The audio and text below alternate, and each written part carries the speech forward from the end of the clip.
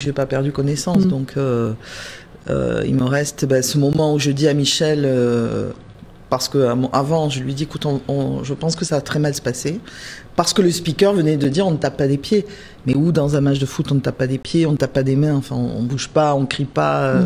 Donc je lui disais vraiment j'ai peur, ça va très mal se passer. Bon, moi j'étais assise sur la table, cette fameuse table le long là, parce que je me disais peut-être que là je serais plus à même de sauter s'il se passe un truc, etc. Donc j'avais vraiment une sensation de fin du monde qui était avant-coureur de tout ce qui allait se passer.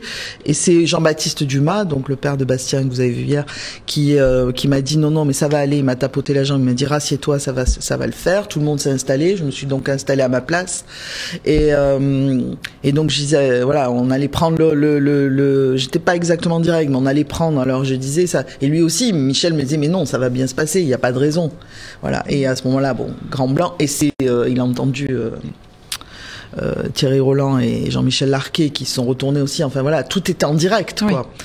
Et donc là, bon, moi je sens la tribune qui s'effondre sous nous. Moi en fait ça dure pour moi très longtemps. Je suis accrochée à ma chaise et en fait c'est une espèce de silence entre le moment où je tombe. C'est le silence, quoi. Et là, je regarde autour de moi. Donc la tribune s'effondre légèrement sur le côté.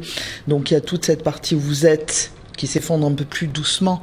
Mais moi, je suis dans la partie où après ils sont sur leur dos et ils sont tombés donc sur la tête, le dos. Donc ils sont touchés à la colonne vertébrale et les morts après. J'ai 2 morts, 2 personnes après moi.